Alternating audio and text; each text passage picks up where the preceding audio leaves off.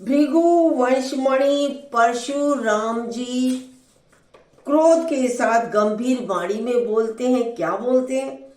कौशिक सुनहु मंद यहु बालक कुटिल काल बस निज कुल गाल को भानुवंश राकेश कलंकु निपट निरंकुश अबुध असंकु। परशुराम जी उस बालक पर गुस्सा होकर बोल रहे हैं। क्या? हे विश्वामित्र सुनो, यह बालक बड़ा ही कुबुद्धि है, कुटिल है, काल के वंश होकर यह अपने कुल का घातक बन रहा है, अपने कुल का ही घातक बन रहा है। ये इसे इतना जोर का बालक होकर गुस्सा, यह सूर्यवंशी पूर्णचंद्र का कलंक है। यह बिल्कुल उदंड मूर्ख और निडर है, बिल्कुल भी इसे डर नहीं लगता है।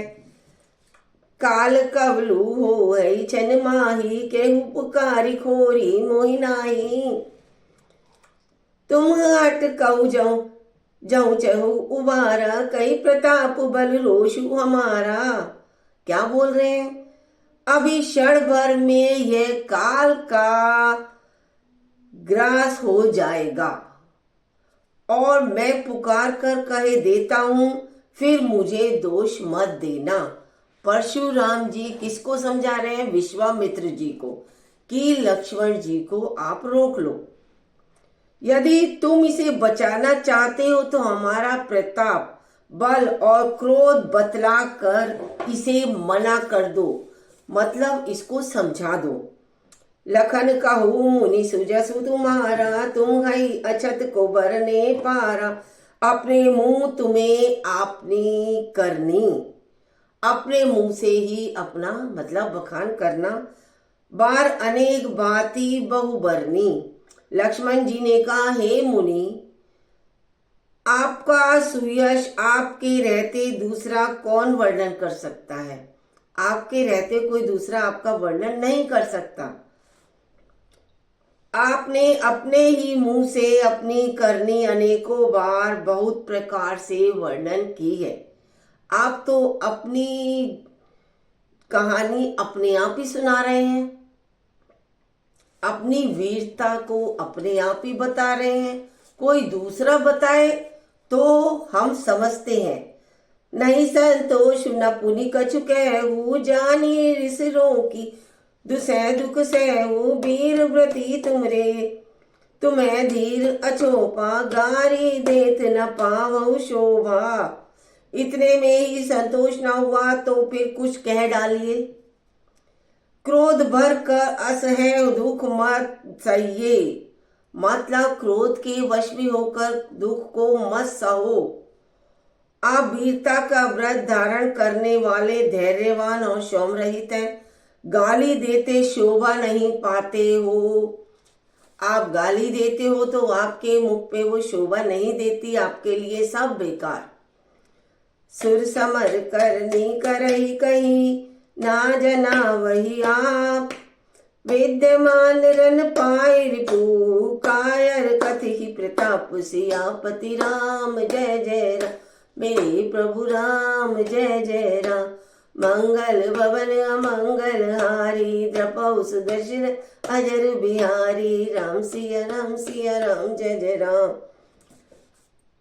तुम तऊ कालू हाक जनु लावा बार बार मोहि लागी।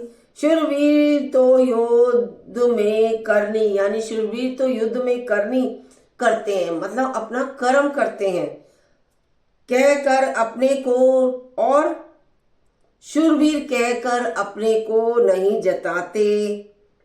शत्रु को युद्ध में उपस्थित पाकर कायर ही अपने प्रताप की डींगे हाँकता है, डींगे मारता है, अपनी बड़ाई करता है। तुम्हें सुकालू हाक जन लावा बार बार मोहि लागी बुलावा। सुनत लखन के वचन कठोरा परसु सुधारी धरऊ कर घोरा। राधे राधे, आप सभी को राधे राधे। सुनत लखन के वचन कठोरा परसु सुधारी धरऊ कर घोरा। आप तो मानो काल का काल को हाँक लगाकर बार बार उसे मेरे लिए बुलाते हैं। लक्ष्मण जी के कठोर वचन सुनते ही परशुराम जी अपने भयानक फरसे को सुधार कर हाथ में ले लिया। अपने फरसे को उन्होंने हाथ में उठा लिया। अब आगे क्या बोल रहे हैं? अब जनि दे दोष मोहि लोगु कटुबादि बालक बद जोगु बाल बिलो की बहुत मैं बाचा अब मर यहु मर निहार बा साचा। और बोले अब लोग मुझे दोष ना दें, यह कड़वा बोलने वाला बालक मेरे जाने के मरे जाने के योग्य है, यानी कि मारे जाने के योग्य है। इसको तो मारना ही चाहिए। इसे बालक देखकर मैंने बहुत बचाया, पर अब यह सचमुच मरने के लिए तैयार हो जाओ। आ गया है। कौशिक कहा क्षम्य अपराधा बाल दोष गुण गनय हीन गनहीन साधु खर कुठार में अकरुन कोई। आगे अपराधी गुरुद्रोही गुरु का अपराधी।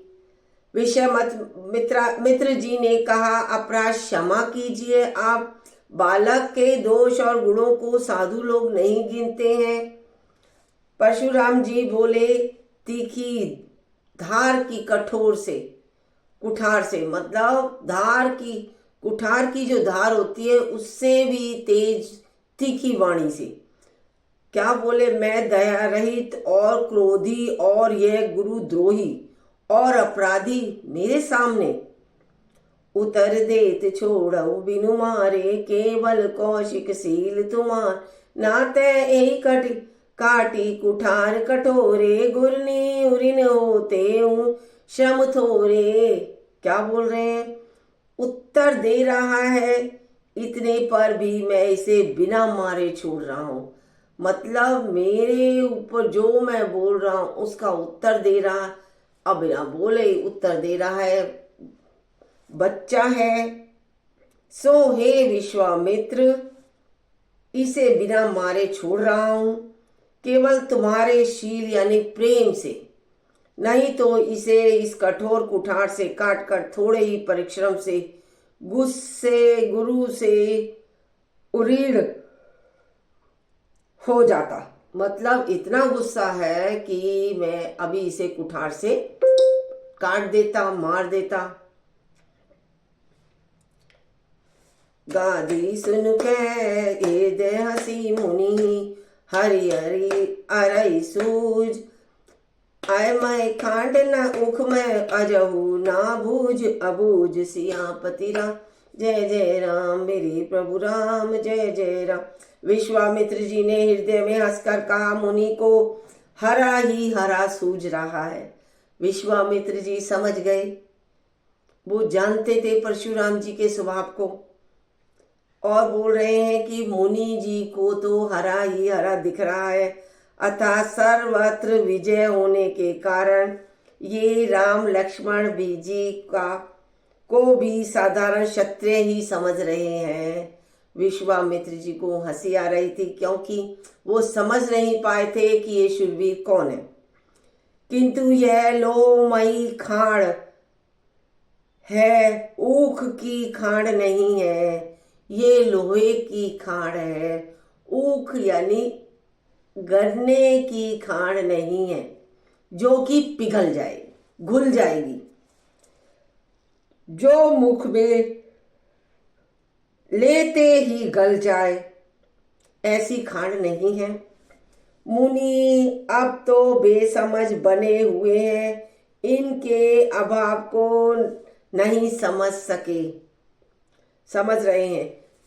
कहूँ लखन मुनिशील तुम्हारा को नहीं जान विदित संसार, मात पिता ही ऊरिन बैनी के गुर ऋनु रहा सोचू बड़ जी के। लक्ष्मण जी ने कहा हे मुनि, आपके शील को कौन नहीं जानता है, वह संसार भर में प्रसिद्ध है। आप माता पिता से तो अधिक अच्छी तरह उरीड़ हो ही गए। अब गुरु का ऋण रहा जिसका जी में बड़ा सोच लगा है। माता पिता के ऋण से तो आप हो गए, अब गुरु का ऋण लगा है।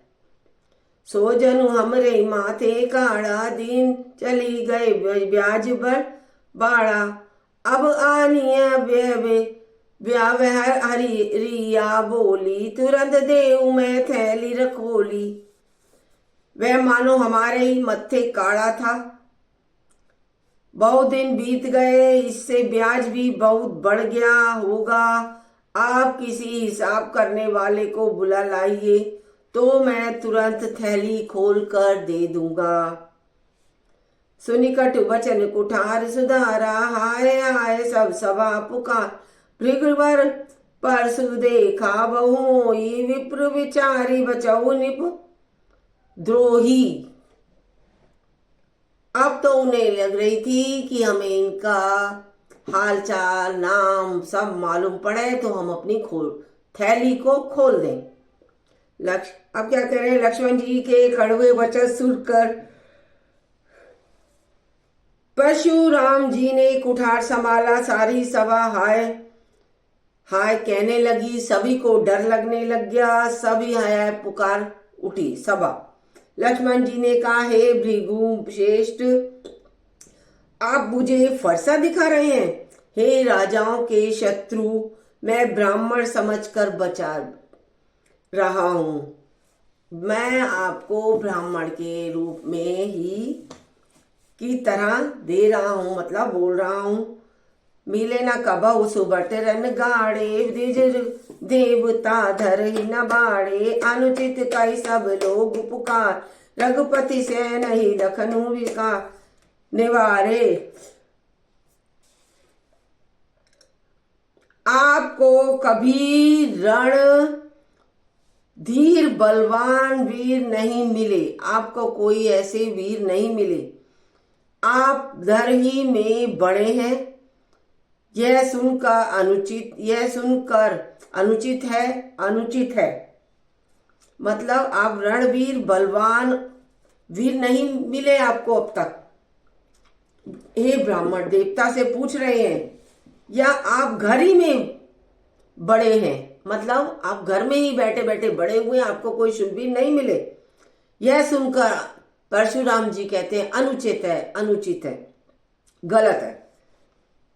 तब श्री रघुनाथ जी ने इशारे में लक्ष्मण को रोक दिया। उसके बाद इशारे में लक्ष्मण जी को राम जी ने रोक दिया। लखन उतर आहुति सरीस, भृगुवर को पुक पास कृसान। बड़न देखी जल संवचन बोले, रघुकुल भानु सियापति राम। जय जय राम मेरे प्रभु राम, जय जय राम।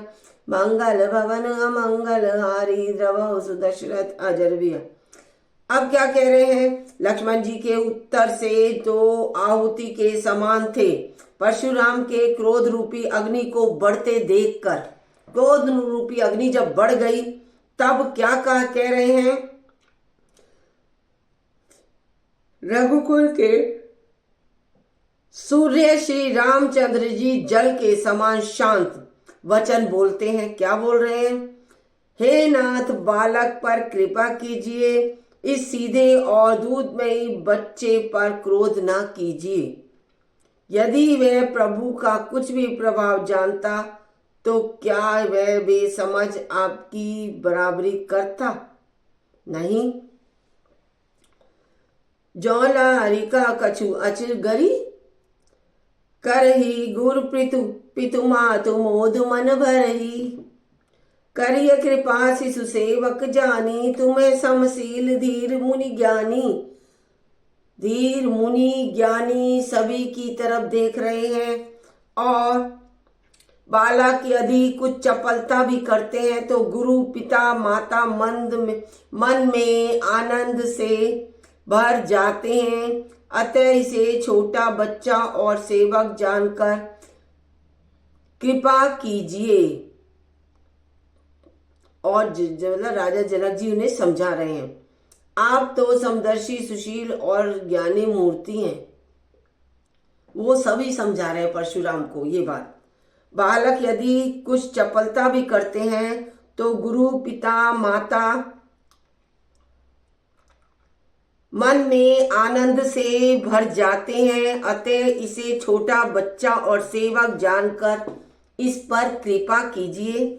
आप तो समदर्शी सुशील और ज्ञानी मुनि हैं। राम वचन सुनी कछुक जुड़ाई।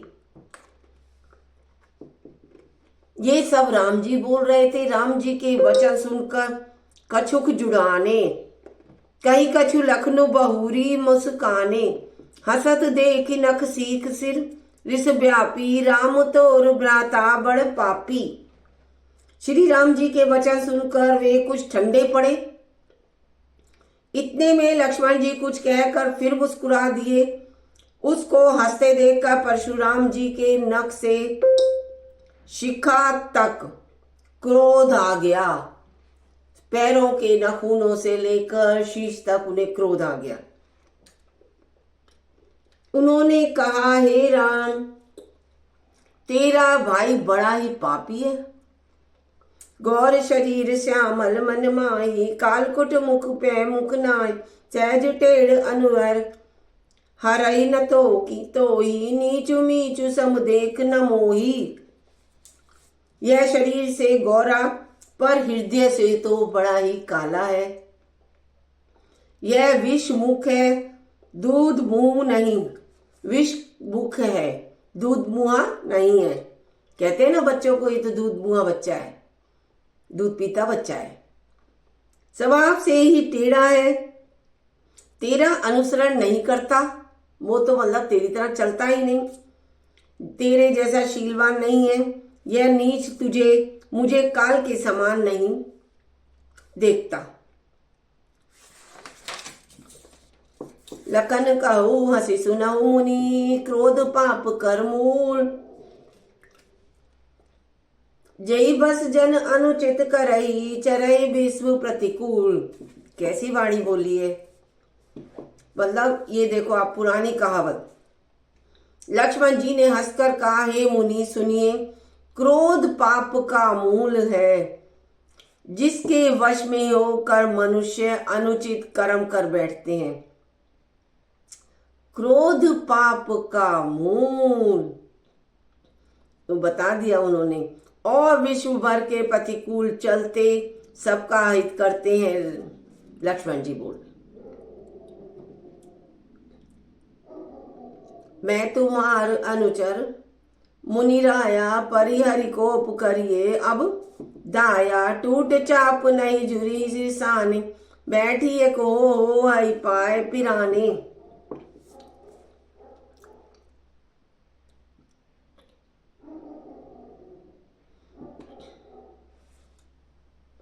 हे मुनिराज, मैं आपका दास हूं। आप क्रोध त्याग कर दया कीजिए। टूटा हुआ धनुष क्रोध करने से जुड़ नहीं जाएगा। खड़े खड़े पैर दुखने लगे होंगे, आप बैठ जाइए। अब कौन बोल रहा है ये भी बताते हैं। जो अति प्रिय तऊ करिए उपाई। जोरिए को बड़ गुनी बोला। बोलत लख नहीं जन कुडेराई। मस्त करो अनुचित बल नाही। यदि धनुष अत्यंत प्रिय हो तो कोई उपाय किया जा जाएगा। और किसी बड़े गुणी यानी कारीगर को बुलाकर धनुष को जुड़वा दिया जाए। लक्ष्मण जी के बोलने से जनक जी डर गए और कहते हैं, बस चुप रहिए। अनुचित बोलना अच्छा नहीं है। आप बस चुप रहिए, अनुचित मत बोलिए। थर थर कांपई पूर नर नारी। छोट कुमार खोट बड़वारी। कि क्या बोल रहे हैं नर नारी दरबार में बैठे हुए। जनकपुरी भृगुपति सुनी सुनी निर्भय बानी। रिस्तन जरई होई बलदानी। जनकपुर के स्त्री पुरुष थर थर कांप रहे हैं और मन ही मन क्या कह रहे हैं, छोटा कुमार बड़ा ही खोटा है। छोटा तो है लेकिन बहुत खोटा है। लक्ष्मण जी की निर्भय वाणी सुनकर परशुराम जी शरीर क्रोध से जला जा रहा है और उनके बल की हानि हो रही है, उनका बल घट रहा है। किसका?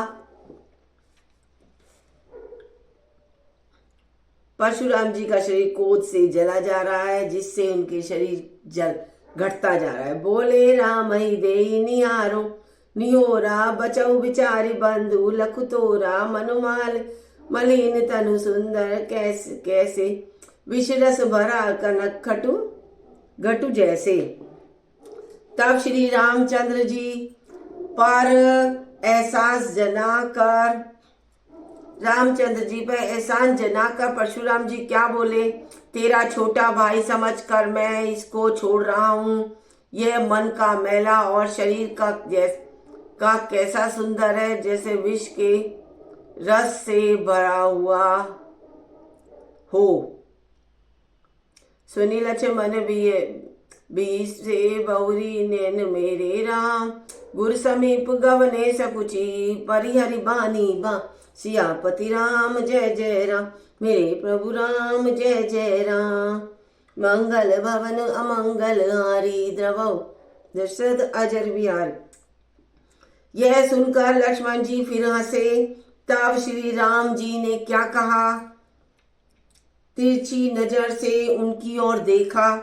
लक्ष्मण जी सकुचाकर विपरीत बोलना छोड़कर गुरु जी के पास चले गए। सिर्फ एक निगाह से ही राम जी ने उन्हें देखा तो वो नीचे नजर करके विश्वामित्र जी के पास पहुंच गए और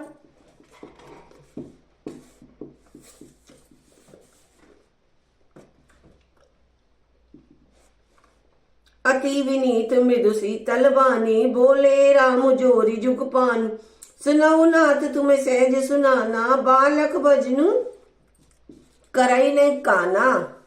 श्री रामचंद्र जी दोनों हाथ जोड़कर अत्यंत विनय के साथ कोमल और शीतल वाणी बोले, हे नाथ सुनिए, आप तो स्वभाव से ही सुजान है, आप बालक के वचन पर कान मुन्ना कीजिए। उसको यानी सुना अनसुना कर दो।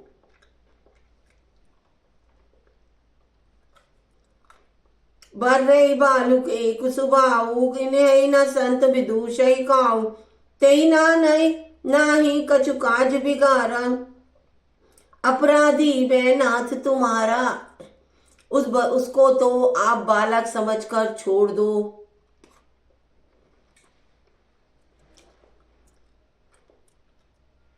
बैरी और बालक का एक स्वभाव है, बर्रई और बालक का एक स्वभाव होता है। संतजन इन्हें कभी दोष नहीं लगाते। फिर लक्ष्मण ने तो कुछ काम भी नहीं बिगाड़ा है। हे नाथ, आपका अपराधी तो मैं हूं, राम जी ने परशुराम जी को बताया। कृपा को उपबंधु बधव गोसाई, मोह पर करिए दास की नाई, कहिए बे बेग के ही विधिरिस जाई, मुनि नायक सोई करो उपाई। अतः ए स्वामी, कृपा क्रोध बध बंधन जो कुछ करना हो दास की तरह दास समझकर करिए, मुझ पर करिए, यानी मुझे आप दंड दीजिए। जय श्री राम, जय हनुमान। अब इतना कुछ तो राम जी ने बोल दिया। कै मुनि राम जाई रिस कैसे, अजव अनुज तब चितव अनेके, एक कंठ कुठारु न दीना, तो तऊ मैं कान को पुकर कीना। मुनि ने कहा, हे राम, क्रोध कैसे जाए, अब भी मेरा छोटा भाई टेढ़ा की नाक ताक रहा है। अब भी मतलब तुम्हारे भाई मुझे टेढ़ी टेढ़ी नजरों से देख रहा है। यही परशुराम राम जी को बोल रहे हैं। इसकी गर्दन पर मैंने कुठार ना चलाया तो क्रोध करके किया ही क्या। फिर मेरा क्रोध किस काम का। कै मुनि राम जाई ऋषि गर्भ स्त्रै वही अवनिप रवनी सुनि कुठार गति घोर परसु अछत देखौ जियत बैरी भूप किशोर सियापति राम जय जय मेरे प्रभु राम जय जय। मेरे जिस कुठार की घोर करनी सुनकर राजाओं की स्त्रियों के गर्भ गिर पड़ते हैं, उसी फरसे के रहते मैं शत्रु राजपुत्र को जीवित देख रहा हूं। मैं न नहातु न दही दृश छाती भाग कुठार कुंठित निपुण धाती बहु बाम विधि वीर सुबाहु मोरे मोरे हृदय कृपा कर कसी काहू। हाथ चला कर नहीं, हाथ चलता नहीं, क्रोध से छाती जली जाती है। हाथ तो चलता नहीं लेकिन क्रोध के कारण सीना जल रहा है। राजाओं का घातक या कुठार भी कुंठित हो गया, विधाता विपरीत हो गया, इससे मेरा स्वभाव बदल गया। नहीं तो भला मेरे हृदय में किसी समय भी कृपा कैसी।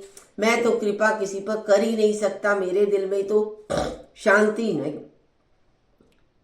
क्रोध है। आज दया दुख दुसह सुहावा सुनि सुमित्री भी हसी सिरुनावा बा कृपा मूर्ति अनुकूला बोलत वचन जरत जनु लूला। अब क्या बोल रहे हैं परशुराम जी। आज दया मुझे यह दुख सहा रही है। दया, यह सुनकर लक्ष्मण जी मुस्कुराकर सिर नवाया और कहा, आपकी कृपा रूपी वायु भी आपकी मूर्ति के अनुकूल है। वचन बोलते हैं मानो फूल झड़ रहे हैं। आप ऐसे वचन बोलते हैं कि मानो फूल झड़ रहे हैं। जो पे कृपा जा रही मुनि गाता क्रोध भय तनुराक विधाता देखु जनक हटे बाल कुएहू कीने चहत जड़ जमपुर गेहूं। हे मुनि, यदि कृपा करने से आपका शरीर जला जाता है तो क्रोध होने पर तो शरीर की रक्षा विधाता ही करेगा।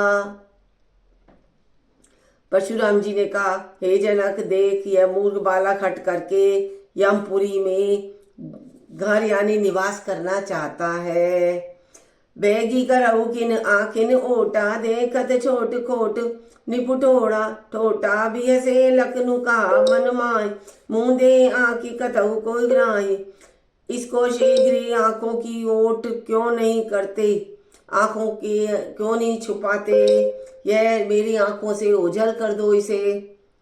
राजपुत्र देखने में छोटा है पर है बड़ा खोटा। लक्ष्मण जी ने हंसकर मनी मन का आंख मूंद लेने पर कहीं कुछ नहीं होगा।